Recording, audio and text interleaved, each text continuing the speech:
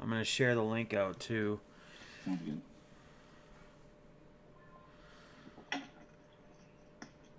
All Well, thanks right. for doing this again, man. I'm excited. Yeah, for sure, man. So we should be live. Let me get it shared out before we really start. Yeah. Because people were expecting 6. We already got Dante in the house. I mean, we People. can start it at 4 o'clock, man. It's not a big deal. Or 6 o'clock. Yeah, 6-4. I know it's all weird with the time zones. Yeah. So I'm down to start even in 8 minutes, man. We can. I'll let you if you want to talk about some stuff. I mean, we could just to give them a few minutes to get everybody to get in here. So yeah, we'll do that, and then I'll do the actual official introduction when we get ready to start. All right, guys. Hope everybody's doing well tonight. Obviously, you guys know I do have a special guest on. It is the night of In Depth with Defness, but I told everybody we were starting at 6 or 4 his time. We do have a couple minutes right now, so what I'm going to do is just kind of catch up with everybody, make sure everybody's good, because typically these Monday nights are not typical streams because I focus on the interview at hand, I focus on the guest, and I don't really pay attention to chat. I'm going to be honest with you guys. I'll look at it here or there, but it's typically not something that I really pay attention to. So we'll take a few minutes just to check in with people, let people get in here. I know again we're a few minutes early, so hope everybody's doing well. First off, hope everybody's staying sane. Everybody's good. See, it's gonna take a minute for people to filter in here, so it's probably a good thing we're waiting because people are slowly coming in. What's up, Stewie? What's up, Austin, Dante? Again, guys, just kind of giving you guys shout outs right now. Once we actually officially start, yep, Javier's in the chat. He just said what's up. He's on screen. Obviously, you can see him right now. It's going to be a fun and exciting interview. I have a lot of people. We've been talking about this. Very excited. Buck City Breaks. I think we said we may go 2 hours tonight with this, with everything you've given me as far as content. And they said we'll listen to it for 4 hours.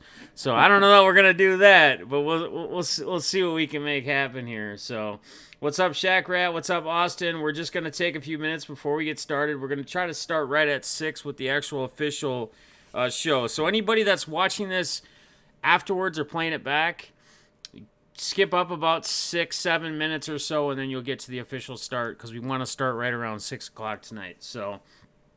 Jacob, what's going on?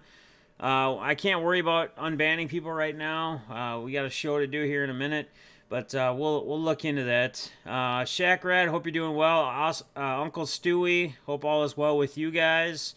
If you guys could also share this out on your social platforms, try to get more people in here as people will stumble in and fall in. But I'm excited, man. I'm really excited for this interview. I don't think you guys really understand what all you're going to hear from this man tonight.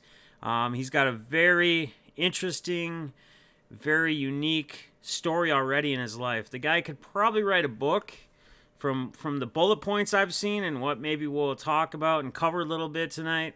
He could probably write a book for himself. So, very, very, very, very excited for this interview. So, Javier, let's not really dive into any of your stuff. But while we're waiting to kill a few minutes, I mean, what's up? What's going on with you right now with this whole quarantine thing and like just trying to stay quarantined and whatnot? I mean, what do you got going on? What are you doing to keep yourself busy? Oh, it's funny, man, because last night we actually had a text message going on with K Dub and Goat Eloy, and we were talking about how it's been a beautiful day here. I mean, we got blue skies, sunny, 70 degrees out there. We got two little guys of our own, so we've been going right around our block to where it's all grassy, and Uh there's huh. tons of kids, man. And so, I mean, how do you tell these kids no, you can't play with each other? And uh, Kyle sent me something pretty interesting to watch, and so now we're really self quarantining our family to really be proactive in this. But yeah, I mean, it's tough, man. I went back to school today for the first time to an empty school. Getting packets sent out to kids for about a month. We had to make packets for about a month's worth of work. Uh, We're starting to use Zoom for online teaching. It's crazy. It's crazy for sure. Okay. I'm just getting them to test the volume too. How about now? I had it a little down. Just say a couple things again so we can test the volume. Just say Yeah, whatever. I was saying that I went back to school for the first time today to check my classroom out and made a month's worth of homework for kids today. All right, let me see what they say. I just want to. We've had issues with the volume for some reason being a little low on the guest end. Yeah. It's Gucci now, they say. Much better. All right. So yeah, I had the volume a little bit down on your end probably. So I think we got it fixed. I think we got it. I think we're good. It's good that we have this beginning because I typically do these every week and we just dive right in. And then I'm looking down at the chat just every once in a while. I'm seeing you're getting a lot of feedback. That's too low. We can't hear the person. And it's just like, oh man, I can't. We're like halfway through in the middle of it. And I'm like, I can't do this now. Like, we can't just stop and start over. Like, it's just not how this can work. And unfortunately, we're doing this right off the cuff. We're doing this live. There is no edits in what Defness does, man. I do it all just straight go, no edit. I don't got time for that. I don't got an editor that I can pay to do that. I'm sure I do, but I'd rather just be a genuine live streamer and just do everything live. I feel it's more genuine. You know, you have errors, you have things that come up, but it's not the end of the world, man. We're all human. We all make mistakes. So anyway, all right. You guys all get this shared out. I don't know if people are maybe on their way still back home from work or what, but either way, some people will have to watch this coming back after it's over with, I'm sure. But we're gonna dive right into it. So tonight, guys, you are joining us in Depth with Defness. This is actually episode number 3.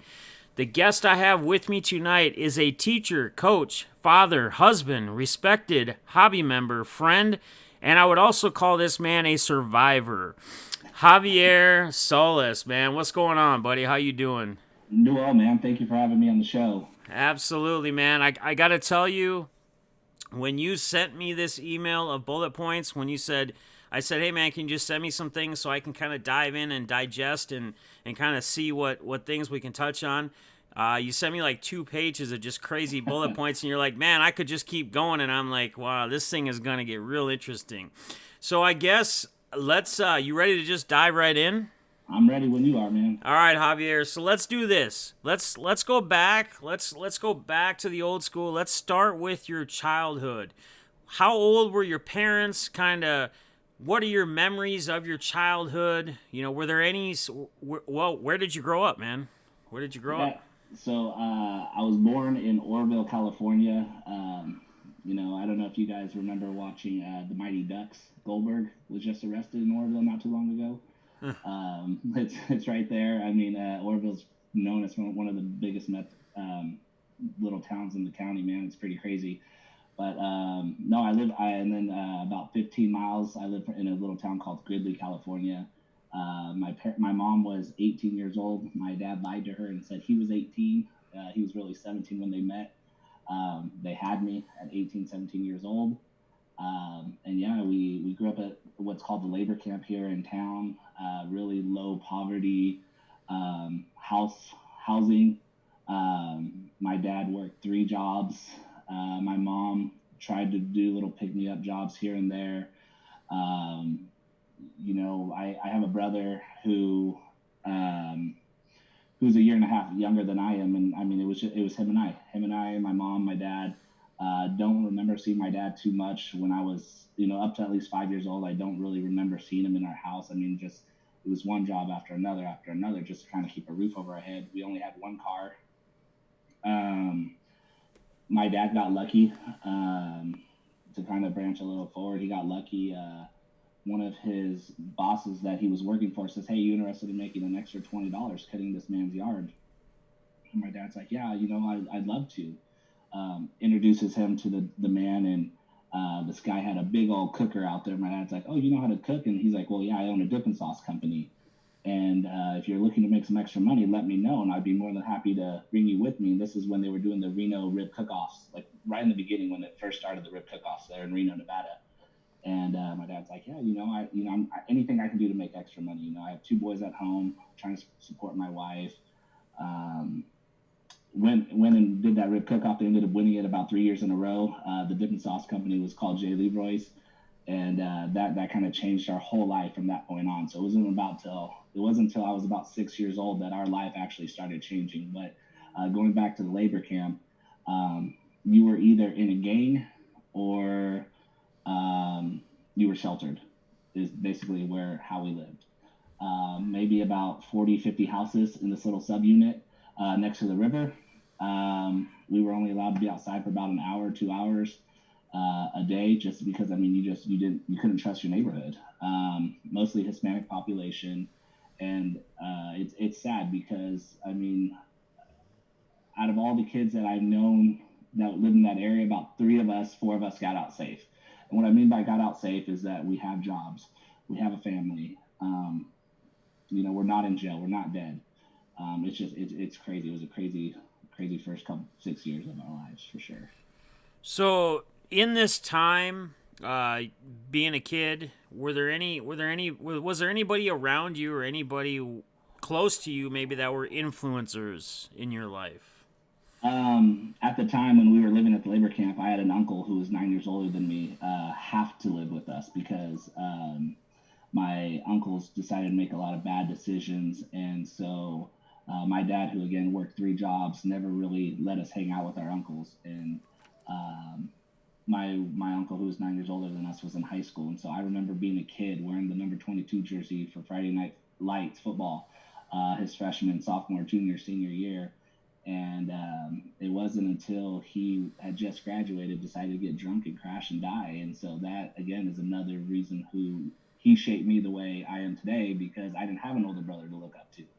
Um, my dad's side never played sports. They were either working or fighting, and fighting are literally bar fights. My dad's dad used to take my dad to the bar to sit in the truck, and if grandpa got too drunk, my dad had to go fight the guy my grandpa was trying to fight.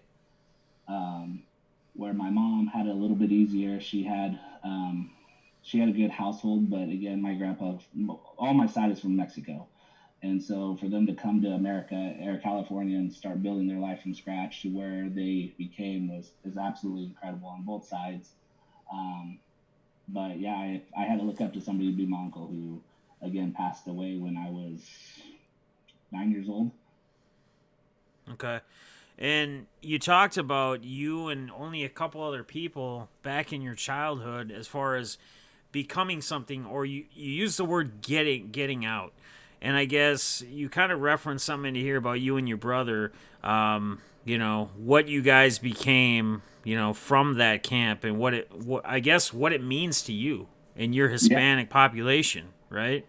Yeah, my brother became a physical therapist. I actually just got done working for him. He asked me to come over there and help him with some patients, and I became a teacher. You look at the camp today. You don't see a kid from the camp becoming a teacher, become a physical therapist. And one of the things that I bring into teaching and coaching with me is that you can. There at the camp, everybody's so influenced. Hey, you either have to be in a gang or or plan on suffering the consequences. Mm-hmm. My parents got us out at the right age. Some of my friends who, they were friends, lived at the camp their whole life. They still do. Where once my dad got that job opportunity to work for J. Leroy full time, it allowed us to move out of the labor camp into an actual neighborhood where we had fences. We had privacy. At the labor camp, there's no fences. We share yards with everybody. So where we had a house right here, we had a neighbor to the left, to the right, and right behind us. So we all share the same property with no fence lines.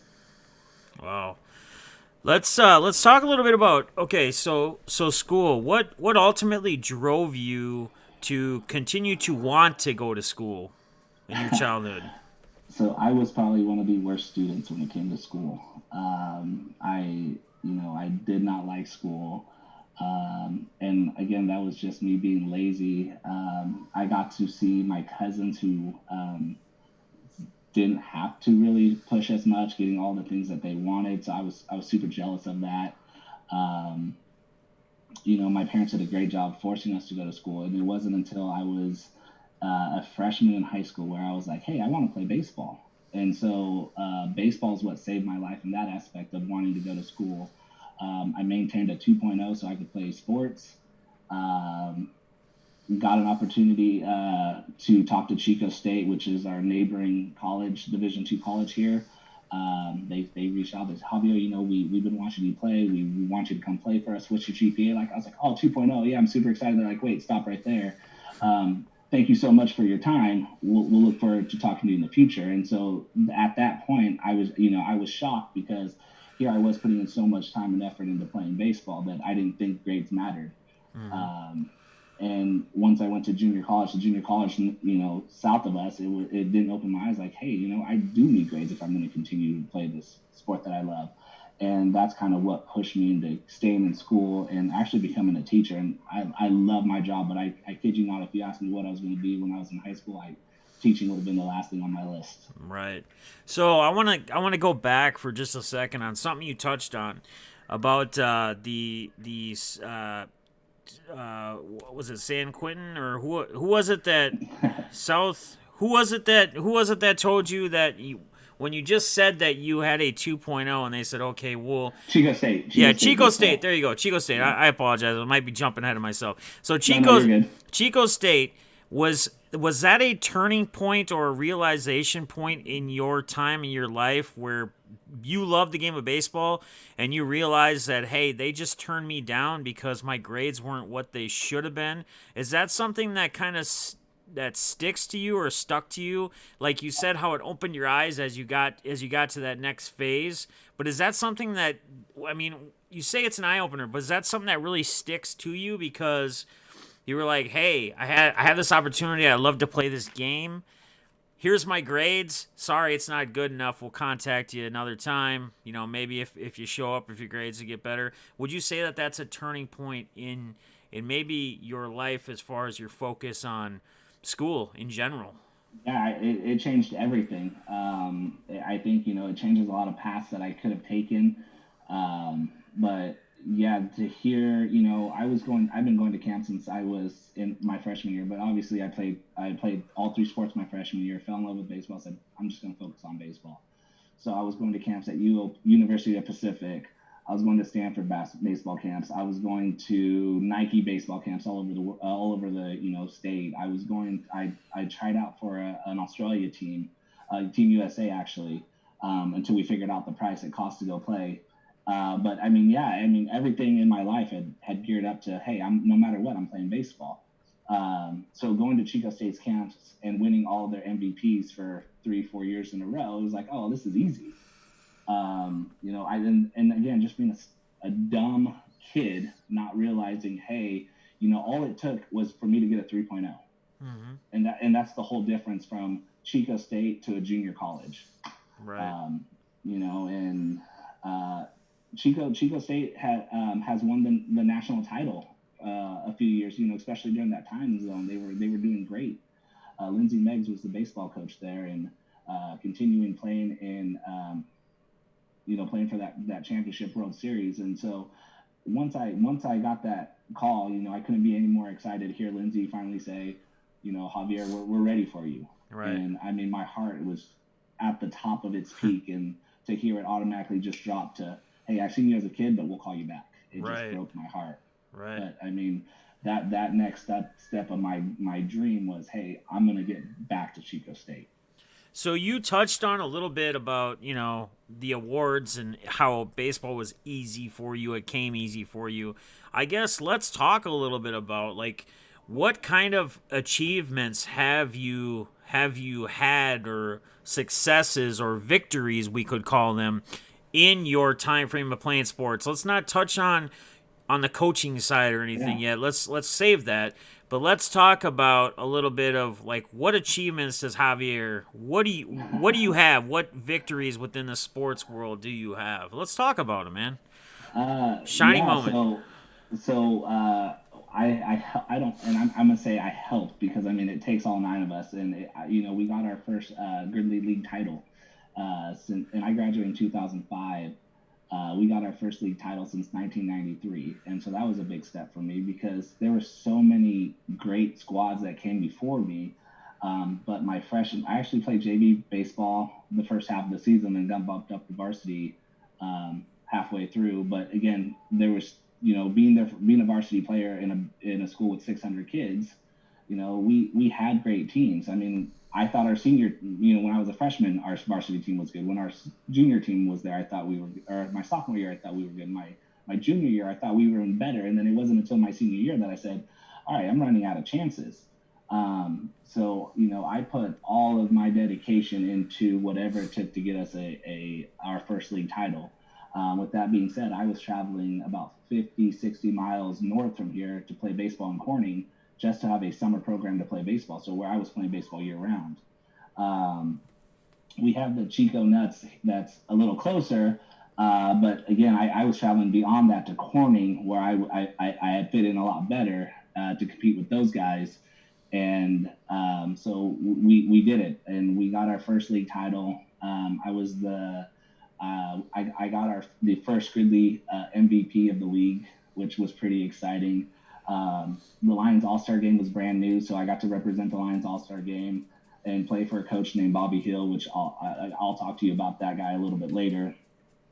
Got to in college, I got the Gary Ingleton Award, which is representing a local community member who put in time and effort and stats on and off the baseball field, who was going to get a scholarship. So I got a plaque from that from my junior college, and then got to go play for San Francisco State. Man, a lot of victories, and a lot of victories just within your childhood, within your playing time, within the younger years of your life. I guess so. Where there was something you put in here in a bullet point, and you noted it, and I want to kind of see if we're close in that time frame or not. But you said my first time in prison. So when I was my first year, so I guess this was my third year playing college baseball. I had a buddy reach out, or he's not a buddy yet, a coach reach out to me named Casey Deal. He is now the head coach over at Powerhouse Baseball in Palm Springs. He reached out to me, he goes, Javier, I know you're a local kid. He was from Chico. He goes, I'd love for you to play on our summer team. And I said, yeah, I'd love to. So when I came home from San Francisco, that's the team I would go play for. And he made the comment one time, hey, if I can get us into prison, would you be interested in going? And kind of just like how I asked people last year if they want to go into prisons, I got the same reaction. Like, are you serious? Why would I want to go into prison to play inmates? You got to be crazy. That's got to be dangerous. He's like, no, man, it's going to change your life. You're going to respect the game that much more. And I said, you know what? Fine. So I'm 21 years old, I think, at the time when I went into San Quentin prison for the first time. And I remember showing up and, being locked outside the gates, and the security guard meets us out front. He goes, hey, you guys don't have anything, you don't have any forks or, anything along those lines. And one of the guys goes, oh yeah, I had my lunch. He goes, it's not funny. My partner just got stabbed in the eye with a fork, and it was crazy. And so like, I'm shocked because again, I'm only 21 years old. Like, okay, what are we doing? We're going to go play grown-ass men. Sorry. We're going to go play grown men in prison. I don't feel safe. And we walked through the doors, and, we had to go through 3 different checkpoints of security to even get in. We had to have a driver's license with us, and we walked right past death row. And I remember walking up a hill and then down the hill. As soon as you walk down the hill, 300-400 inmates just walking around freely. All in their uniforms, and you're just like, wow, like beautiful landscape when you first walk through the prison, and you walk downhill, and it's absolutely mind blowing to just see all these inmates for all these different crimes in one area. We had about 2 snipers up top, just kind of keeping us safe in case anything were to happen. And I kid you not, the reason why I took my high school team in there last year, it is the safest baseball game I've ever played. And it has always been one of the safest games I've ever played. And people who talk to me still look at me funny, like, how do you figure? And I said, because when I'm playing baseball against those inmates, during that 2 hours that we're playing, they feel free. They feel like they're humans again. Right. They're wearing a baseball uniform, and when they're in that uniform, they're glowing. I mean, they look like, and again, not to make it sound bad, they look like normal people. And once they take their uniforms off, they go back to looking pale. They go back to acting a little bit rude. But when they're dressed down, I mean, they're appreciative because they're not used to having the outside people want to come visit them, and especially in San Quentin, which was one of the higher ranked prisons for a Mm-hmm. long time. You got Scott Peterson there. You had was it the Unabomber who just passed away out there. You have some really big, high end people in that prison, and yeah, it was just an eye opener. And so again, jumping forward to when I took my team in there, it's interesting for those kids to understand why those people are in there, whether it's a DUI, drunk accident where they killed somebody, or a 3-strike rule. It opened up the eyes to these kids, and I mean, those guys are going through a rehabilitation stage, system, also saying, Mm-hmm. "Hey, we screwed up. We want to give back to the youth, and this is the best way we can reach out to them." We played against 2 ex MLB guys in there, a bunch of junior college guys, but they're the only prison in the country to have a baseball team. Wow. Wow. I didn't, when you're talking about this, I'm thinking like, okay, you're going to bring a team in and they're just going to get guys that, hey, maybe we're played some baseball here or there, or played whatever, and they're just going to bring, they're scrounging up a team, right? It's like the movies you see with like Adam Sandler and the football and stuff, and The they're, longest hey, yard. yeah, the longest yard or something. You just kind of bring in guys together. You got Burt Reynolds and Adam Sandler and Chris, or what is it? Yeah, Chris Rock? Chris Was it Rock, Chris Rock? Cheeseburger Eddie. Yeah, whoever, right? You got them all in there, but it's interesting. It's interesting what you say, and I respect you for doing that, and not only doing that as a kid yourself, but as a coach and bringing your high school team in there. I mean, That was really tough to pull off. yeah, I gotta think that's not an easy thing to convince not only the players, the parents, So and this everyone is this is else. this is where I got away with it. I got away with it because once I started teaching in Biggs, that 6th grade class is a class that grew up with me since as long as I've been at Biggs, now seniors. So we ended up having 14 seasons together as a whole squad, which was absolutely amazing. Um, we had little league together, we did fall workouts together, and then we had high school baseball season. And then from high school season, we went back into little league because again, at my school, we only have a varsity baseball program. So my little league team that I was coaching in 6th grade, I coached in 7th grade, I coached in 8th grade little league, and then they became freshmen, so I coached them in varsity. And then we went back to playing little league during the summer, sophomore year, varsity program again, and then they went back to little league one more time, and then junior, senior year. So I mean, we spent Wow. so much time together. Um, and so, I had all these parents' trust. I had all the kids' trust. And so, getting the experience I had going in there when I was 21 and the life changing experience that talking to those inmates, because the conversation I had when I was 21 to having a conversation with them when I was 32 were 2 different conversations. When Right. I had a conversation with an inmate at 21, it was more like, oh my God, that could be me. You're Right. talking about drinking and driving. Well, shoot, I'm 21 and I drink and drive all the time. Oh, I played college baseball and, I'm not afraid to go to the bars, and you're not thinking about all that stuff when you're 21 years old, the effect that it could have on you. Right. Going in there as a father, a coach, a teacher, now my whole world has changed around. So I went in there and I gave them a motivational speech. Where when I was 21, I let them do all the talking. This last time I went in, I gave them about a 5-10 minute speech, just about life, the outside world, the impact that those guys have on these kids. So whatever you did in your past, don't forget today, because they've never played 18-year-olds. This was the first time San Quentin really let in that young of a team. Wow. But you had to be 18 years old. And so when I broke the news to my team, I made sure that they were graduated and that they were 18 years old, because the last thing I wanted to do was tell the school I'm taking my high school team into San Quentin, because I would have outside people saying, I was afraid of the negativity that I would have from the outside world. Right. So it wasn't, I had privately text them like, hey guys, are you interested? And they were, yeah, because there's a lot of paperwork that goes into it. You have to have your background cleared for about 2 months prior to going in. And so they had kind of known about it, but I was like, hey, don't spread the word until you guys walk that stage with your diploma. Will we post that we are going in? So news kind of caught wind of it on Twitter, and they were like, "Hey, we want to go in. That's exciting." I said, "Yeah, come on in." So that's how we got the media coverage in there. And they spent like 2 weeks just covering our baseball team for 2 weeks practicing, and then they got to go into prison with us and take pictures of us in there. So that was really cool. But yeah, the support that I had from all the families was awesome. And to have those conversations with inmates about how they are giving back to the to community, to kids. This is where it starts for them. And I mean, I was making them tear up along with them making my kids tear up, talking Wow. about, they don't get to, one guy lost his mom to leukemia. And he goes, if I wasn't stupid enough to get behind that wheel, I would have been able to be there for my mom when she died. Wow.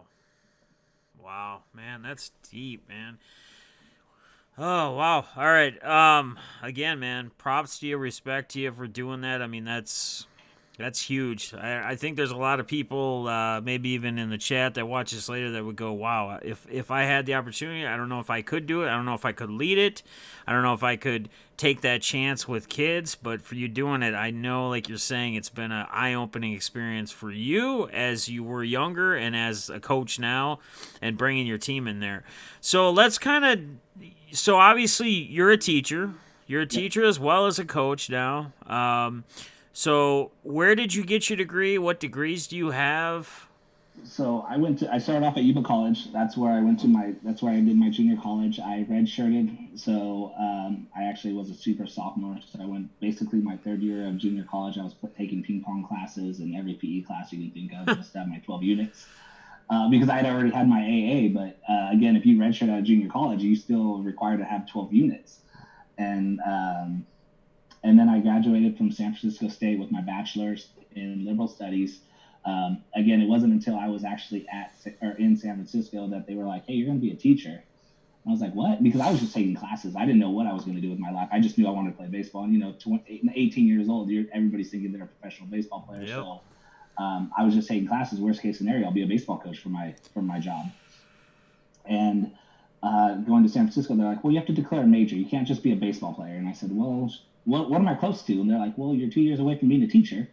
I said, "Ooh, I don't even like school, but let's give it a shot." And no, and so I fell on the path of liberal studies, and it was a lot of fun. The courses that I got to take were just, it makes me who I am today with my leadership. The way I talk to kids, the way I coach still, because I mean, I had to take a Dr. Seuss class to learn how to read stories to adults. Wow. But on the other hand, that's working on your breaking out that shelter instead of just being a robot saying A B C D. You're getting that Right. expression. You're having that fun energy in you. And then I found out that I was having a son back home, so I actually decided to get my bachelor's in San Francisco and then move back to Chico to finish my credential, to get into the credential program and start teaching in this area. So, did you meet your wife? Did you meet her while going to school? Was this a relationship that stemmed way before, like college or junior college or any of that? Or when did you meet her? And kind of tell us a little bit about the fam, man. You got a couple kids, so I do. I get to brag about my wife a little bit. She's actually 9 years older than I am, and wow. a lot of people don't see the difference because I mean the way she acts and the way she looks, she definitely looks like she's younger than I am. But it's funny and it's not weird because a lot of people are like, "Oh, did you have her as a teacher?" But she was actually our girls' basketball coach when I was in high school. And so, being that, little crazy kid with hormones at 17, 18 years old, we only went to the basketball games to watch her coach. Wow. and and so when I was going to San Francisco, this is during the MySpace era, I saw that she had popped up. And I was like, sweet, I'll just add her, and sure enough, I was in Chico with a girlfriend at the time. And I bumped into her and I was like, oh my God, that's our hot girls basketball coach. And I say hello because I don't want to embarrass her if she is listening outside. Yeah. And she's like, my girlfriend at the time's like, you ever have a shot with her? I said, well, watch this. And I literally walked up to her and I said, hey, I'm Javier. She's like, I know who you are, and she gives me a hug. And I was like, well, can I reach out to you on MySpace? She's like, yeah, I'd love to, hang out with you. And so Wow. sure enough, that night I broke up with my girlfriend. I started chatting on MySpace with Michelle, and next thing you know, we started dating, and now we've been married for almost 9 years. So Congrats on that. And thanks, to all, thanks. and to all you kids out there watching this, you may have a shot at that hot teacher that you got your eye on just down the road. Give it a couple of years. So she was never my teacher, which makes it a little bit more okay. But Right. like I said, my brother's 32. She started out teaching when he was a seventh grader. And Wow. so, when everybody was like, "Oh my God, who are you dating?" I was like, "Remember Miss Lavalette? Yeah, her." And so, yeah, it's funny. So So how many kids you guys got now?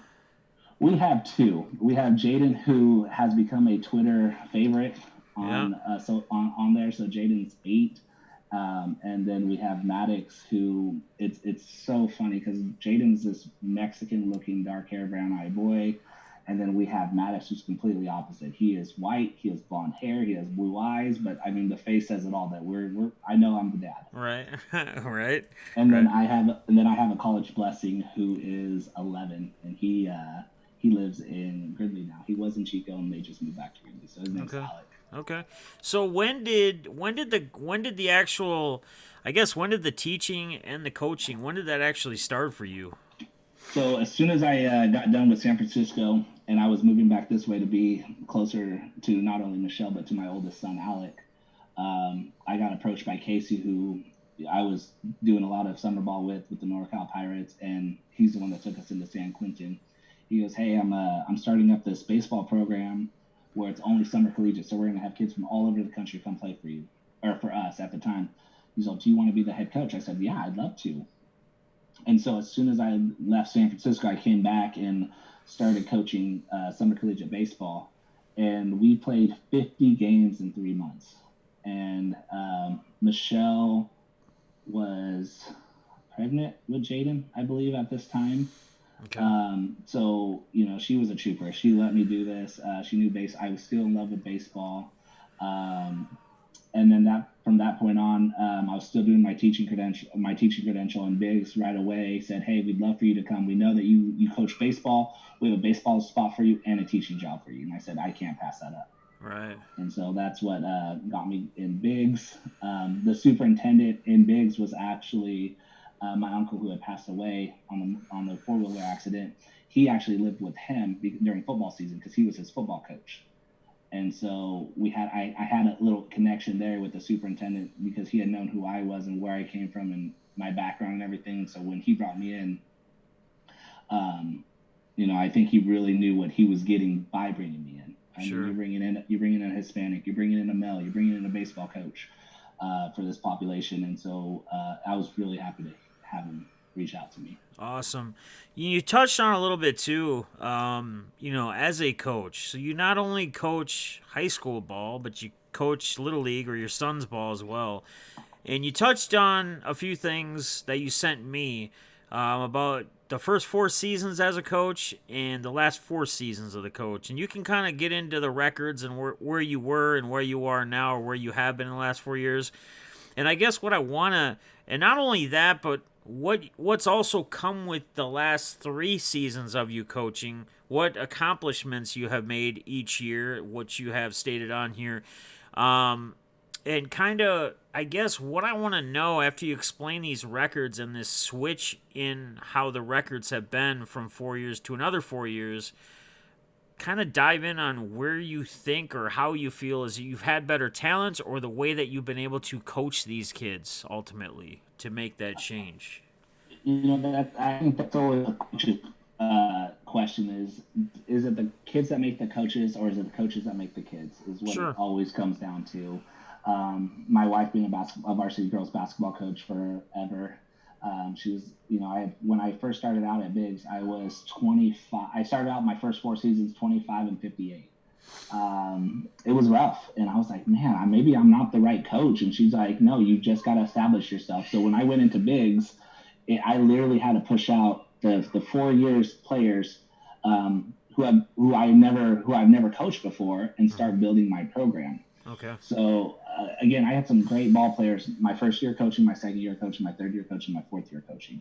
It wasn't until my fifth year coaching that I got those sixth graders who are now freshmen, who were already dialed in with me for the last 2.5, 3 seasons, and knew what I expected. So I went from having a 25-58 baseball record to the next 4 years having a 43-22 record, including a 5-0 start this year. And you know, it's the time and the commitment that you put into these kids is going to be your outcome. I don't take credit for any of those wins. I'll take credit for every single loss, but for those wins, those are all on those kids. They dialed into what I asked them to do. They conditioned when I told them to condition. They execute plays when I told them to execute plays. So again, I really truly believe that in order to establish a program at your school, it takes 3 to 4 years to establish your program. So that's really is going to show you, hey, are you right for this job, or are you going to continue seeing these struggles, you know, right, for 8 years, 9 years? So would you say maybe a good way to word it then, or maybe to say the response, like you said, like how you come in, the response from the kids, as far as, you know, you as a leader, it's ultimately the kids, but you as the coach, as the leader, right? They got to kind of follow under your wing. Do you feel like maybe it's the response or how they respond to you, and now you developing kind of your branding or your molding of these teams in your program? And yeah, and you know, when I had showed up, if you know, if you had a certain last name, you were almost guaranteed to play, just because of who you were. Again, Politics. I'm coming from a small community, so Yep. when you have, I'm going to use Jaden for example. If you have Jaden whose family after family after family after family has been going to the school, well, guess what? When Jaden comes to my school, he's going to be the starting pitcher. No ands, if, or buts. Right. And when I got there, I said, you know, I had told the parents, hey, I don't know you guys. I don't care what your last name is. If your kid's going to be on my team, they have to earn it. Right. And so, you know, you constantly saw it, and you still see it in small school settings. And not to put anybody down, because again, every coach has their different philosophy. Yep. But I mean, I'm a coach who, I need 9 guys. At the beginning of this season, I had 11 guys try out, and my captains kind of came up to me and they're, coach, you're not going to go get so and so. I said, no. I said, if they're not going to show up, that's on them. Yep. I said, this is your guys' program. I said, if I have 8 of you guys and I have 4 guys who've never played before, guess what? 2 of those guys are going to learn how to play baseball, because they're going to have to be put into the starting position. And then sure enough, right as soon as it was my last day, I ended up with 20 kids. And 2 of the kids that should have shown up from day one decided to show up. And again, that's the reason why we're 5-0. Right. But again, these you know, it almost seems like this generation, kids want you to come get them, and that's not how I'm ever going to coach. If you don't show up, I'm not going to go get you. If you show up, I'm going to give you 150% of my time and effort to say, hey, let's build you into a better ball player. Right. And that's what these kids understand. And this is the first year that I've never had a 4-year senior, which I was bummed about. But I also started a Bobby Hill scholarship. Bobby Hill was my all-star baseball coach when I was in high school. Yep. I started a Bobby Hill Scholarship Foundation that if you play for me for 4 years, or you're my stat keeper for 4 years, I'll give you a scholarship. And that's really improved my freshman class into wanting to play, because again, we have 200 kids at our school. It's pretty scary to be a freshman to come out to a varsity team. I mean, they're used to JV football, JV basketball, and now you're going to jump into varsity baseball. I mean, you're used to playing kids your age to playing a kid that's 18, 19 years old. I mean, it's scary. And so I think that the scholarship that I had built along with my assistant Jeff and his wife Christina was really beneficial to our program, because again, now we're starting to get this freshman class to say, hey, even if I don't play, guess what? I'm building my way to a scholarship. Right. That's awesome, man. That's respectable. And I want to go back just on one thing before we continue forward. And you talking about, you know, and I think a lot of people out there, again, I keep resorting back to people that watch this now or watch this later. But I think a lot of us, I mean, I did some coaching as well. I did football and baseball for my son, you know, little league up through 6th grade or so. And then when it was time for him to move on to traveling, you know, we had that same type of thing where, you know, he played little league all in, well, a town called Lakeville. That's where he kind of grew up those years. And then he moved, and his mom was living in Farmington. So then he had to travel for the Farmington traveling team. And when he got there, and I'm going to tell you, you know, every parent's going to say their kid is good, typically, whatever. My son was one of the only ones in baseball that could that would hit home runs like in Little League through every year he's playing, like hitting home runs constantly. And he didn't even really let it get to him. Like kids would get excited for him and he would just kind of whatever. Well, then he goes and he switches towns and has to travel for another team, and he doesn't even make like their lowest level team. And like he's, there's people making these teams that are just, again, it's like you say, it's a last name, it's politics, it's who the person knows. They make a team regardless. They may only have, they go into these apparent tryouts and there's how many spots open, and there's probably only 1 or 2 spots actually open regardless of how well people do, because it's who they know, what their last name is, or who they're attached to. So again, I can listen into you say how you changed up your program, and ultimately it shows also in what you did with the, and again, you're gonna give the account to the kids, and you should, but it shows ultimately in the flip in your records from the first 4 years to the next 4 years, doing it the right way, bringing in the talent or people earning their spots, their positions, their playing time, etc. That's the way you're gonna do it. That's the way you're gonna win. That's the way you're. And what's come in the last 3 seasons, you as a coach, what have you been gifted with in the last 3 seasons? I've been gifted with Coach of the Year for 3 years in a row with our team, and so it was exciting. That definitely was, the first year was a shocker because we didn't get the 1 seed, and I really thought that it was going to be the number 1 seed to get it. But again, to have 4 out of the 5 coaches vote you or me as the coach really inspired me of, hey, I am doing something right. I am making a difference. Right. And 2 years ago, they were like, man, I'm you're only getting scarier. As the years go on, your team's only getting scarier and scarier. When you think of playing bigs, everybody's excited to play bigs. Now it's like, shoot, how are we going to beat bigs? Yeah. And that was really cool to hear, because again, the first 4 seasons, everybody was calling, hey, can we play you? Can we play you? Can we play you? It's like, oh man, I don't have pitching. To where now it's like, I have to call people like, hey, do you want to play? They're like, oh, yeah, we need 1 more game. And it's like, okay, well, cool, thanks, and awesome.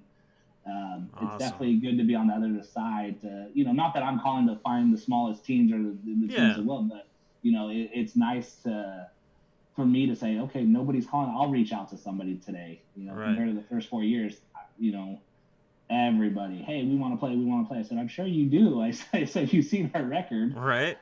Everybody wants that 15-0 win over bigs. And so now the tables have turned the last 4 years. I'm getting bigger schools calling me now saying, we want a shot at bigs. And it's like, we can't compete with some of the big schools that, I'm not going to put out the school who called me, but I had a school call me and I'm like, really, you're calling me right now? And but again, what we've done in the past, they're looking to beat up on a team that has made a good name for themselves, but on the other hand, they have 400, 500 kids more than I do. So wow. I was kind of shocked to hear that they called, but it was also an honor that they called, because that shows, hey, we obviously made a name for ourselves, that we're getting to school with 400 or 500 kids more than we do, calling us to try to compete with us. That's right, man. You're making a name for yourself. You get 3 seasons Coach of the Year, you're gonna start getting that recognition. Let's talk a little bit about gift for your kids from San Quentin. Yeah. So when I start my we hold a team meeting every year when it talk to the parents about, hey, this is what I expect in our program. Please don't pull me aside to say, why isn't Jaden playing? Because XYZ.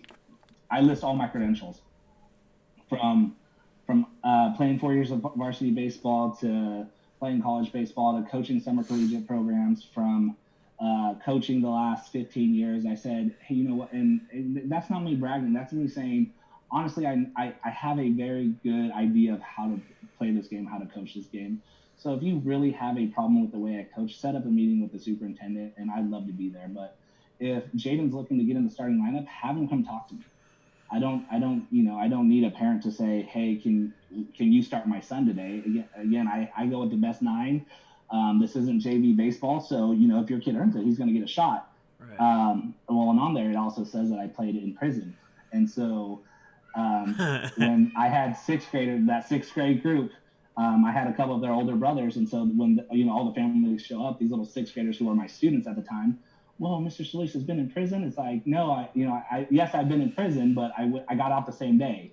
Right. And so from every day from sixth grade until senior year, Mr. Solis, can you take us to prison? I'm like, no, no, no. And it wasn't until my junior year, my assistant, Jeff, I said, you know what, if we win a league title with this group, I say we take them to prison. And sure enough, we won our league title. Yeah. And so I said, all right, I'm booking it. So that's, it was sad. It literally was watching my babies go on and move on to college, is how I looked at it. I got to jump in at when they were already 13 years old, but, or, 12, 11 years old, and to see them grow up. And it was hard. It was hard to say goodbye last year. I mean, when we played Durham for our last game of the season and lost, it was tough. And I would say that was more tough to say goodbye that day than it was tough for me to say goodbye to my senior class when I got done playing baseball in Ridley. Wow. Wow. And so, like I said, they had kind of got an idea about us going into prison. We had made the deal prior to the season, so I mean, they were striving for a goal. Their goal was to get Biggs their first league title since 2004, and to go into San Quentin prison. And so, my starting shortstop had missed, and my starting second baseman, they were off by a month from being 18, so they didn't get to go in with us.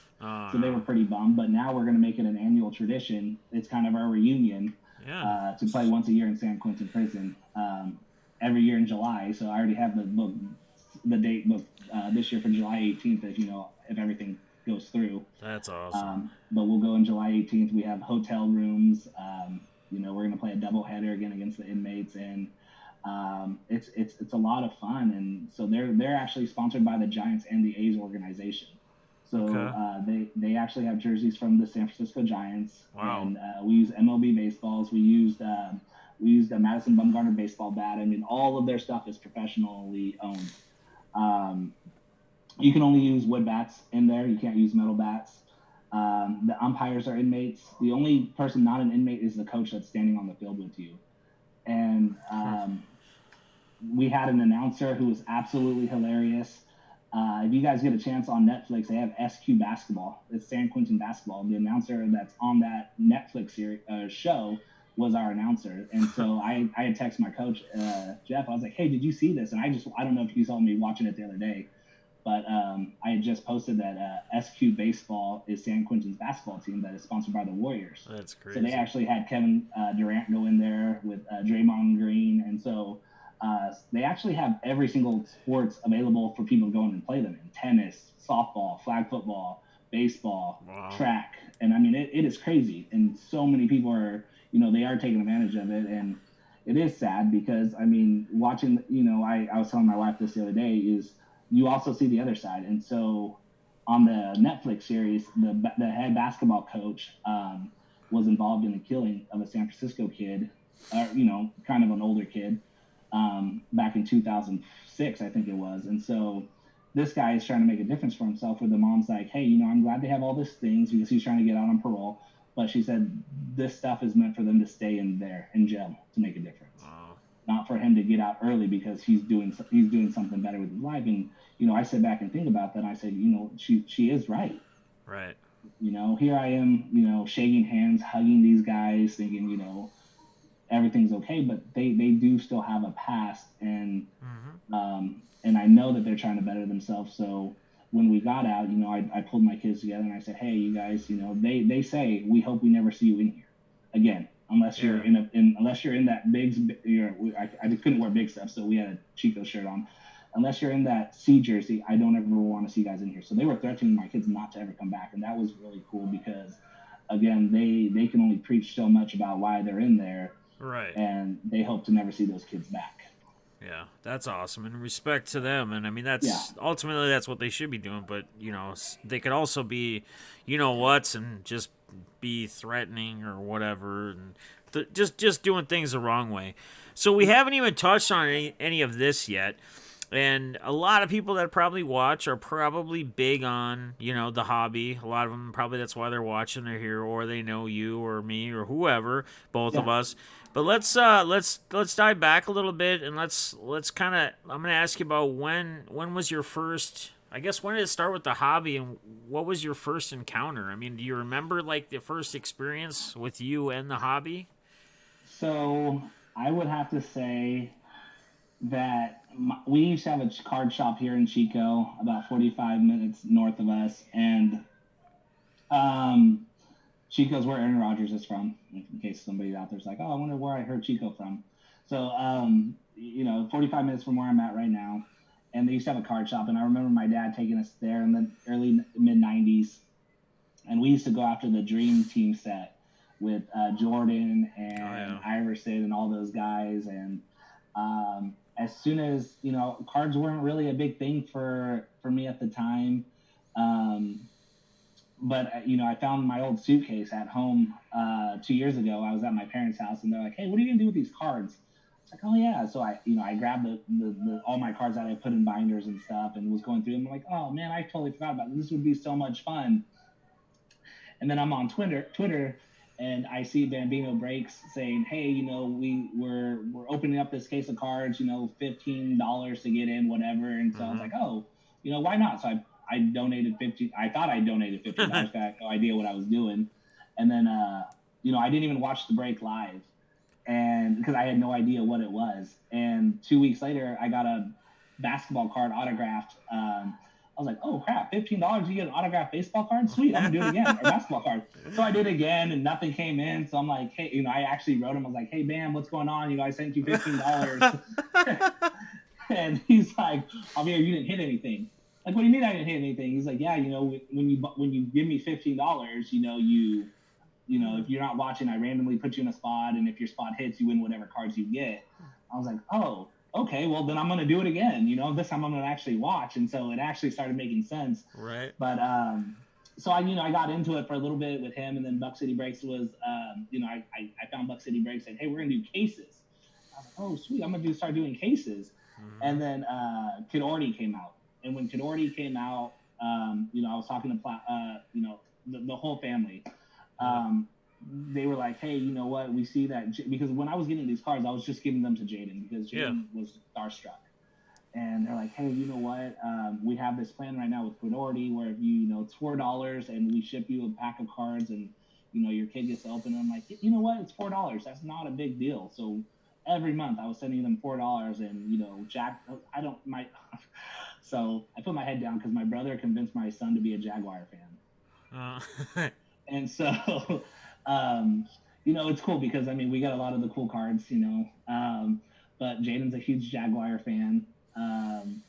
And so, they're like, hey, what teams does he like? I was like, he likes the Jaguars. I'm like, Jaden, what team do you like in baseball? He's like, I don't know, Dad, who do you like? I'm like, I like the Braves. And my wife's like, the Giants.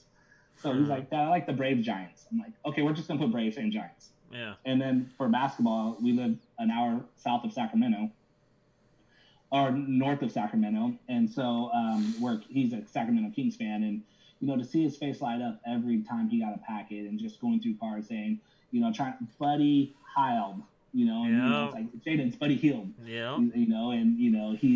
He loved reading names. He loves being on the spotlight. And from that point on, the hobby from that point took off for me.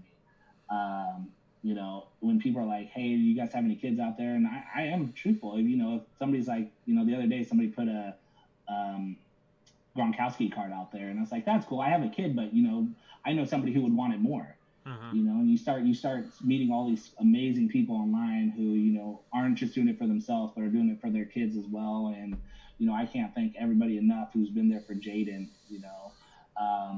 About a month and a half ago, 2 months ago, my oldest son's car got broken. His mom's car got broken into, and a couple of people stepped up and sent him some Niner stuff. And, from that point on, the hobby to me just, Kid Orty is the reason who expanded my horizons to be more and more involved in the hobby. Yeah, and, it's crazy because for people, and I bring them up a lot too within just other streams, but every time I have somebody on, at least as of so far, there's some relation to Cadordy, or Cadordy gets brought up. And it just shows you how big or how powerful they were and how much of an influence they were and how much they helped kids. And, we always say this, like, a lot of us as adults are in it, but like you say, you give them to your son, you collect for your son. I do ultimately, they'll go on to my son as well. He's not really in the phase right now. He was when he was younger, and now he's in that 16, 17-year-old age where he doesn't, I'm sure he'll come back to it, or he'll get all my cards at some point. But, we do it for some reason. It's kid, there's usually a purpose behind it related to kids. And what they have done for kids. And it's too bad that they had to step aside for a little while. It's too bad that couldn't continue right now, and that could still be going. But I have high hopes that they will bring that back, and that program will be back in full force at some point eventually. We can only hope. I mean, just a great group of people behind it. So you talked a little bit about breaks. Bambino as your first. That was actually a really great story about getting an autograph the first time. $15. I'm going to get it autographed every time I hit. Everybody out there, I'm sure, is thinking, man, don't we all wish it worked that way, right? So a couple of things I want to ask, too, about the hobby. What I always ask everybody, like, what are your thoughts, like, on retail versus hobby product? Like, do you have any thoughts on that? You know what? I think the hobby product, I'm more of a fan of is the hobby product. The retail, I go out and I'll spend $40 and end up getting Panini points. Right. And I'm like, man, I should have just spent that $40 and invested it in a Buck City break. I mean, to be all honest. Right. Because, I mean, you have a better shot that way. The thing with, I really feel like the only reason why I buy a retail item now is because Jaden's with me and we're at Target or Walmart or somewhere. He's like, Dad, can you get me some cards? I'm like, okay. Because now he gets to open up the cards himself compared to me just saying, Jaden, look at what so-and-so sent you, or look at what, I don't even tell mine best. If anything that I've ever bought, I always tell Jaden that somebody gave it to him. I don't want Jaden to say, oh, Dad, you bought this for me. And it's just, if, whoever I buy something from, I'm always like, hey, put Jaden's name on it. And they do such a great job putting Jaden's name on it, because then when Jaden gets it, they include a cool little letter like, Jaden, your dad is so awesome, or something along those lines. And Jaden's like, Dad, look, they even know who you are. I'm like, oh, that's weird. Yeah. Not realizing I spent, weird. not to spend $20, $30 on a card, but, right. Anytime that I'm like, hey, just put my son's name on it, I think that opens up a lot of people's eyes also to be like, well, what else does your son like? And they don't, and not that I'm trying to ask for any more free stuff, because there's so many cool people out there. They're like, well, let me send him some more stuff. And I kid you guys not, like, I've never posted a card for sale because I don't have anything to put for sale. And all these people that are always so generous to be like, hey, here's some extra cool things for Jaden. For example, I just got racked the other day with my first Acuna card. And I mean, that is crazy. And so that's one of my all-time favorite, pieces that I'm going to hold forever. Right. So, everything, but going back to the retail versus, the hobby is, the hobby, we're going to get some cooler cards where, I've got, a booklet, for example, and Jaden's like, oh my gosh, there's 8 quarterbacks on here. How is that possible? Were they all at the same place at once? I'm like, I don't know, Jaden, and, compared to the hobby, the retail boxes, we don't really have a big card shop in this area. So, I mean, we're having to buy the $40 Target, prisms or whatever. Right. And, as much fun as he has, he's like, Dad, none of these are autographed. Not that he's getting selfish, but he's so used to seeing all these cool cards from, the hobby. And so that's where I sit with that. Okay. Talk a little bit about, I guess, an influence or influencers for you in the hobby. We talked about people in your life that have been influencers as a younger child and whatnot growing up, but people within the hobby that are influencers on you, and in what way do they influence you? Yeah, the Plow family, for sure. They were the first ones, no doubt. Cooker was another one. K-Dub. I feel like the reason why I'm getting more and more followers every day is because of K-Dub. And I say that because, whether it's the hobby shout out or doing the Movember with mustaches that I had to sleep on the couch for like a month because my wife wouldn't let me sleep in the room with her. All of this stuff that I'm doing on social media really comes to that guy. I mean, I'm super stoked to hear him next week. But he is somebody that goes beyond. Jeff, you are the reason what makes this hobby so awesome, and to have conversations with you. Um, High respects. Tyler Murphy, another guy. You got Aloy. You got all these people who are just absolutely amazing. So when all these guys are huge influences on why I love the hobby, why I want Buck City Break. Sorry, I forgot those guys. Those guys are absolutely amazing.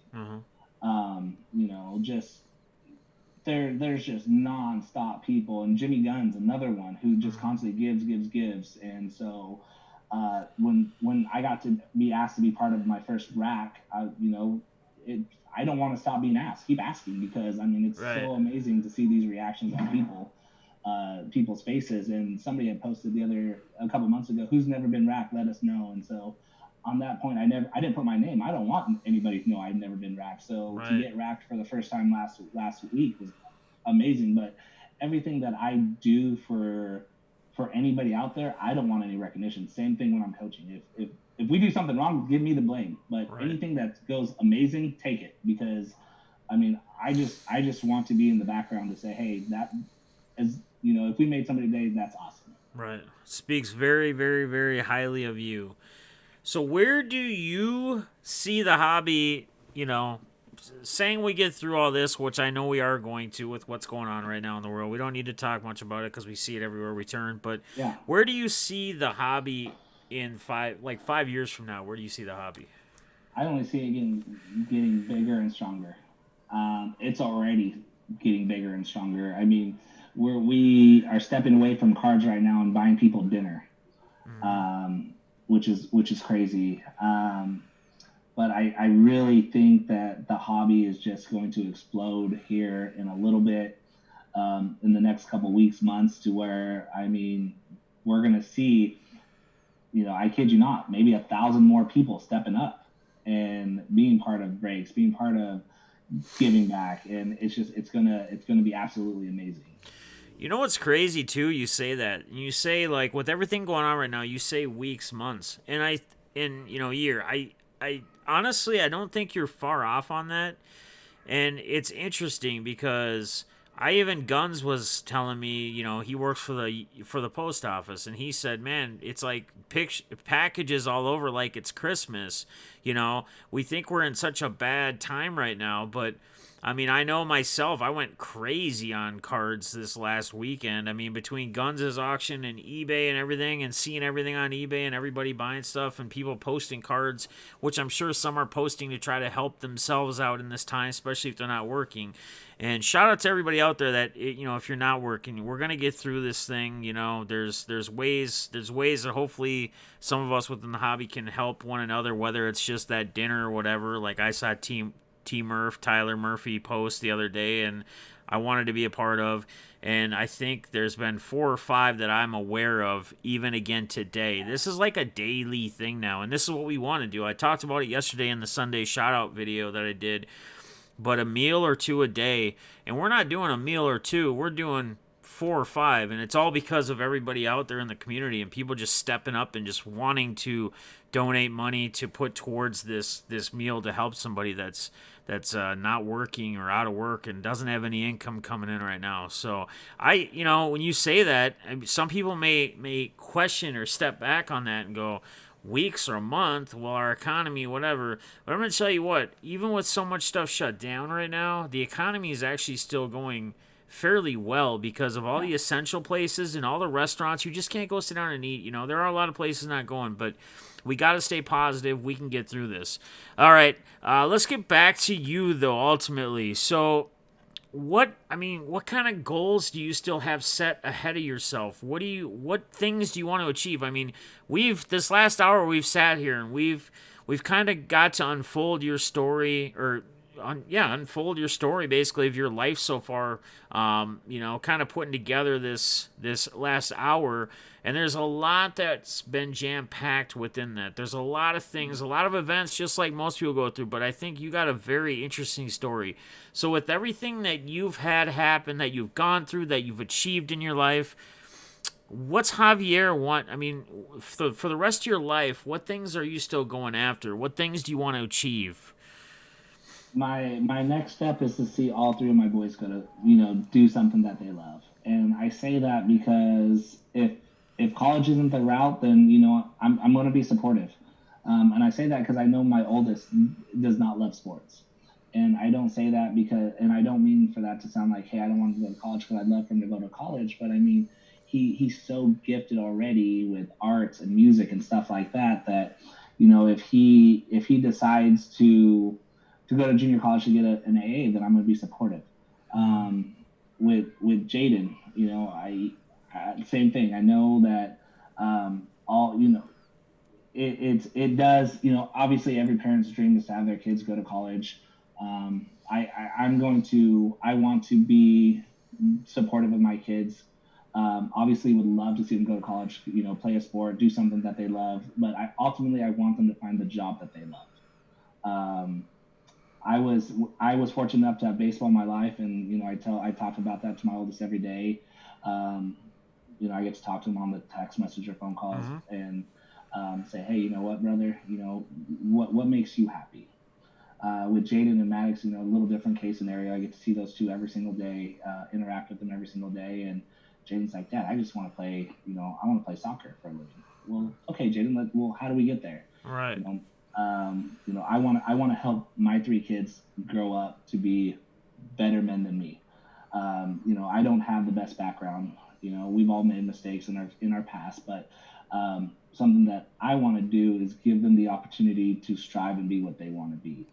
Um, next goal is, this might hurt some people's feelings that if they're listening, but I want to come back to Gridley, to work teaching in Gridley, and I know that would be a big blow to Biggs, but again, it is time for me to come back this direction and start building a baseball program for my son, Jaden, who I know is going to play baseball.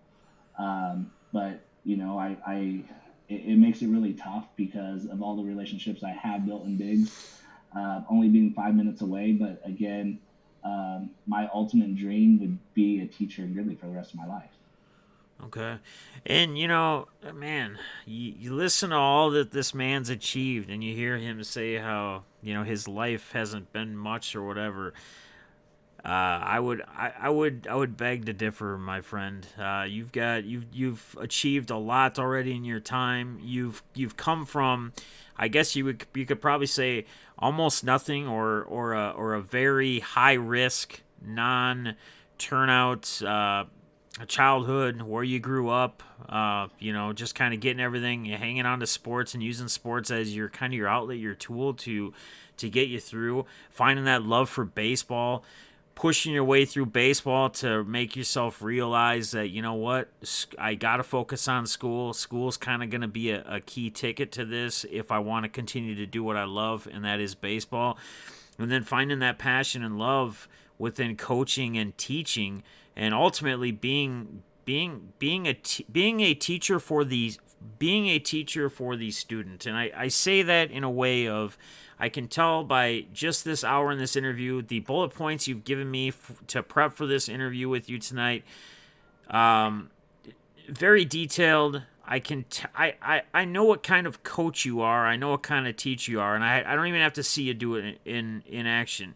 The numbers speak for themselves. The way, and you'll say it's on your players, and I get that, but it ultimately takes a coach to get the plan in action and make it go forward, right? To get the people to believe in you, to get the players to love you and want to play for you and show up every day for you and do what they want to do and what they love to do. Your love for the hobby, the way you are as a father, and ultimately, I said this in the beginning when I introduced him, I would say that you're a survivor as well. I mean, to be where you are in your life, it's an accomplishment. And again, I just want to tell you, I do respect you. Thank you. I've gotten to a new connection with you, even better than before with this. I want to thank you honestly for wanting to come on here, and wanting to be a guest and wanting to kind of talk about your life, man. Because This has been an awesome one. This has been a very interesting one. Is there anything else that you want to, I mean, this is your time. Is there anything else that you want to talk about? Yeah, you know what? I need to give a shout out to my dad. All right, I yeah. need to, I Do need to it. give a shout out to my dad because I forgot I was looking through our bullet points also because I have them pulled up to the side right here. Yep. And I know I thank my uncle, but the reason why the difference between my uncle and my father was the reason I kid you not, I did not take a single drink of alcohol until I was 19 years old. Wow. And the reason why I didn't do that was because he died when he was 19 years old because he was drunk. I remember being 9 years old and telling myself, um, I'm not going to drink. I want to be the. I was the first Solis in my generation to go, or in my family to go to college right out of high school. He should have been the one to go to play football right out of high school, but instead became a drug dealer. Started decided to get drunk. But again, his numbers in football, he was one of the best running backs in Gridley. And Wow. so when listening to my superintendent talk to football players about this running back that he used to have, I know who he's talking about. Nobody else knows who he's talking about, but he'll look at me and kind of nod to be like, I'm talking about Oscar, and every day, every baseball game that I got to play after high school is dedicated to my uncle. Um, but if it wasn't for my dad, growing up the way he grew up in Gridley as well. So when I was going to school, because everybody knew who my father was and who my uncles were and my aunt were, they were like, "Oh, you're going to follow the same path they are." And I said, "I don't even know what that means." And so a lot of teachers didn't really give my brother and I chances because they figured, "Oh, you're a Solis. We already know your type." And that's how we kind of got labeled. Mm-hmm. And once we moved out of labor camp, and my dad was working for J. League Royce full time, and ended up becoming 60%, or I'm sorry, 50% of the owner. He built a life for himself with catering and dipping sauce and all that stuff. And so, he didn't give us a chance to slack off. Yes, my grades didn't prove it, but that's because I was hiding progress reports and stuff like that. But I mean, we were not allowed to go to parties. We were not allowed to hang out with our uncles. We were not allowed to do things because he wanted to make sure we graduated. He didn't graduate at the age of 17, but he did coach us from 4 years old all the way up until I was 18 years old. He coached us in football, basketball, and soccer. And what blows my mind with that is that he never played a sport at all growing up as a kid. Wow. He read every single book you can think of to learn how to coach soccer, how to coach baseball, how to coach football, just because he wanted to make sure that he was right next to our side because his dad wasn't, to make sure we succeeded. Hmm. And so the reason why, I coach everything that my kids play is because I learned it from him. Only thing is that I got to play those sports growing up, so it makes my coaching a little bit easier. But I couldn't imagine him working, two jobs at the time, two or three jobs at a time, reading books on how to coach soccer, how to coach baseball, just to be our baseball coach. Right. Taking time off, saying, "Hey, I can't go into work today," knowing that he's going to miss out on $100. But on the other hand, he was at our practice or at our games because he did not want us to fall behind and live the lifestyle of our family or our his side of the family or to be a dropout. So a lot of respect to him and my mom also because obviously he put her through college and got her. My mom ended up with a degree finally Mm-hmm. in her 30s. But he built this basically franchise. I call it a franchise because we have an 11-year-old. I have an 11-year-old sister, and she is spoiled rotten. And I couldn't be any more happy for her. But that's her princess, and it's so funny because to see him raise two boys, within a year and a half apart from each other, to raising a girl where he calls me, "Hey, I don't know what to do. What would you do?" I'm like, "Dad, why are you calling me?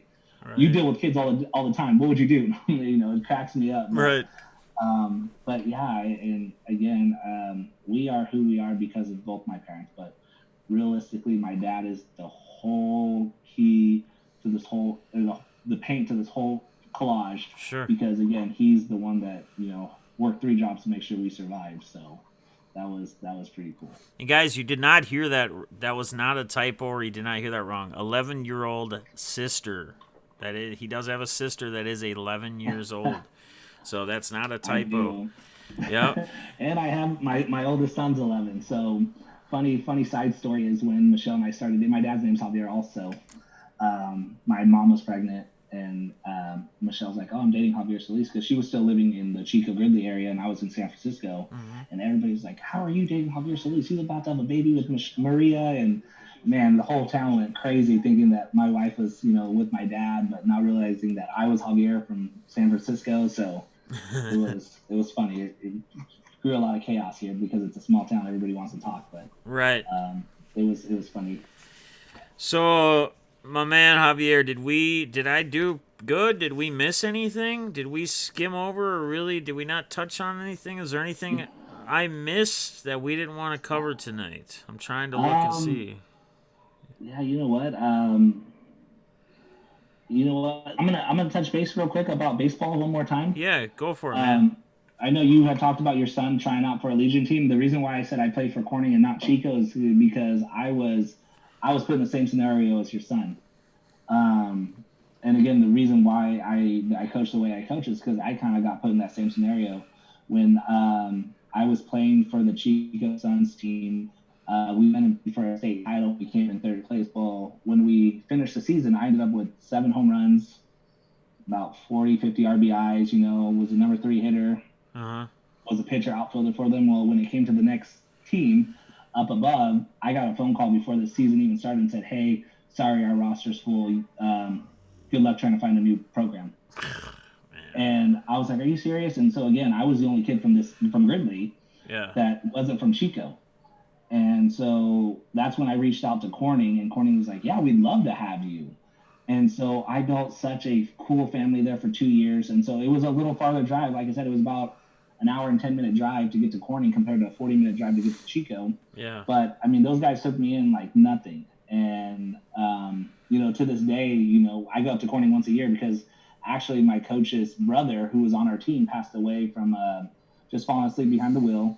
And so they do a big Tucker Memorial softball tournament every year. So when I go back to Corning, I get to see all my old teammates. Right. And it's so cool because I ended up playing college ball with 2 of them. And then one of them actually went to San Francisco State with me. So, I mean, just, we're an hour and 10 minutes away, and we ended up at the same junior college and the same Division II school to seeing each other once a year on a softball field in memory of one of our teammates. Yeah. And, when I think of, the politics behind the game, it's so sad. Right. And I really wish that it would be fair, but, it really does come down to who which, I don't want to be labeled as that. I don't want to be labeled as, oh, you know him, so that's why you got in. That one of my philosophies, like I said, when it comes to coaching, is I don't mean to sound rude, parents, but I don't care what your last name is. Right. Because I need the best 9 players with the bench. Yeah, it ruined it. And honestly, he was a great athlete. It ruined his love for the games. Like he just walked away when I had to tell him when I got the call from that coach, and I was like flabbergasted, and I had to tell him that he didn't make a team, and he was like demolishing everybody in the other town, which was there's a lot more people in this other town, so you'd think there'd be more talent per se. Yeah. He was demolishing like everybody in there, and then to be like, oh, you didn't even make a team, like not even the C team or worst team or whatever. I mean, he basically said, I'm done. He said, it burned him out, man. He was like, forget it. He's like, I've done all this, and I've played to my best ability, and I try out a different city, and because they don't know who I am, or they don't know me, Yeah. I just get told, forget it. I was a sophomore when I got cut, and so that's when I was like, really, like, okay. So when I got that opportunity, and then I ended up winning a title, and then playing in the All-Star game, and going to junior college, and going to San. So when I look at that website, my name's on there as one of their players. I'm like, really, you guys need to take that off because I don't want to be associated with you guys trying to claim me for being a San Francisco State baseball player because they obviously have a couple D1s, but they got a couple D2s, but I don't want to be associated with representing their program because I told them, I said, you guys didn't help me. I said I got a phone call saying no, and then now that I'm who I am, you guys are trying to be like, oh, we coached him. It's like, no, that's not how this is going to work. Because again, I respect the coaches that I had for the 2 years I played for you guys, but then when I got a phone call saying don't even come to a tryout, it doesn't work that way with me. Sorry. Right. Exactly. All right, man. You got anything else for me? Anything else you want to touch on? No, I think we got it all done, man. So, if there's anything else, I mean, I'm more than happy to answer any questions Yeah, from does anybody. anybody have any questions? I can kind of look on here and see. And as always, every guest I have on this show, in this description below, you will find links to both his Twitter page and his YouTube. Yes, I put his YouTube in there as well because I see him trying to do poop prank things and stuff these days. So maybe he's gonna bring a little more content to his channel. We'll I don't see. know. Did you watch it by any chance? I did. I did. Man, I felt so bad. My little guy's still mad at me. Maddox will be like, "Dad, you put poop on your hand." And I'm like, "Buddy, it was chocolate," and so I'm still hearing about it. Right. Right. But yeah, now that we're quarantined, I know my wife and I are going to try to become TikTok famous. We did some TikToks yesterday, and so it'll be interesting to see what kind of videos we post here. Yeah, man, just do some stuff, man. Who knows, man? Maybe start doing some lives, or even just do upload videos, record them with your boy opening the cards, the packages when you get some mail days, whatever. Just post them, you know. You always do stuff like that. I'm gonna start going the YouTube route. I think I always post everything live on Twitter, but I think I'm gonna start doing the YouTube route. Do it on YouTube, and then you can share the link on Twitter. So whether you go live or after you upload it, then you can just take it and you can share the link and you can post it on Twitter and go, hey, I just posted a new video on my YouTube channel, whatever. Go check it out. But yeah, definitely do that. I don't know. I think maybe people got overwinded or something. Maybe we lost a few in the sales, but it's fine. It's all good. A lot of times people can't make these the time that we do them. They got to watch them afterwards. So I'm sure maybe there'll be some comments or questions that pop up on the video after it's uploaded. But Austin's comment cracked me up. I would love to have been with my high school stat keeper. Right? Yeah. Oh yeah. Yeah, there's some good ones. You go back. Yeah, thanks. Tom T says thanks for sharing and hanging. Matt Ball says this was awesome. Yeah, I mean, I think it really was good. And again, guys, it's, we're battling with people having a lot of different things going on. Breakers are probably live breaking right now at the same time as well. So a lot of times I hear from people after we do these that they watch them, or they're watching them later on. They're texting me or saying, hey man, I'm just getting a chance to watch this now, I'm checking it out right now, and they'll comment or whatever. So I think we'll get a lot more later. Matt Ballsley says, whole new respect for you, Javier. So shout out to you once again. Man, I mean, it's incredible. It's incredible of kind of the context of what we've heard from you in this past hour and 15 minutes. You got a crazy. Eloy says Javi is my brother. Shout out to Eloy. He's giving you a shout out there as well. Just awesome, man. It's incredible. I already kind of went over it and said it once after we've already done everything, but just what you've been able to achieve and where you're at today speaks volumes of the person you truly are. And again, man, I mean, if you don't got anything else, I want to just thank you again for popping on here. Again, this is Javier Solis. Again, his information is down below in the description for his Twitter and his YouTube. You can probably find any other socials he has. That's just the ones I had on hand when I set this up. Those are the two I have. So yeah, okay, perfect. Well, then we hit them both on the head. Yeah. And if that's it, guys, Chris Plowman is actually going to be having an auction here. I think 8:30 Pacific time, 6:30.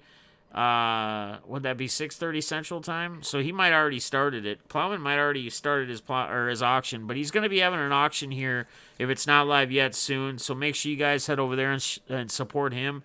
And again, Javier, I want to thank you for popping on here, brother. It has been a blast, man. It's been a blast. I've enjoyed it. I actually, you know what? I've enjoyed the last week diving into all these bullet points to get ready for this interview.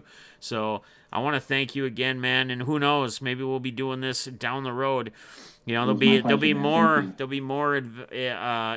events and whatnot that we can even touch on as the times go. So I want you to stay safe.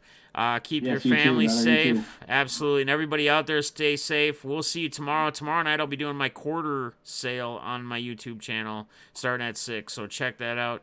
Otherwise, guys, everybody be good. As I always say, I love y'all. Javier, it's been a pleasure, my brother. Thank you, guys. Absolutely, man. Hang out with you guys, all of you. All righty, guys. Have a good night. Thanks. You too.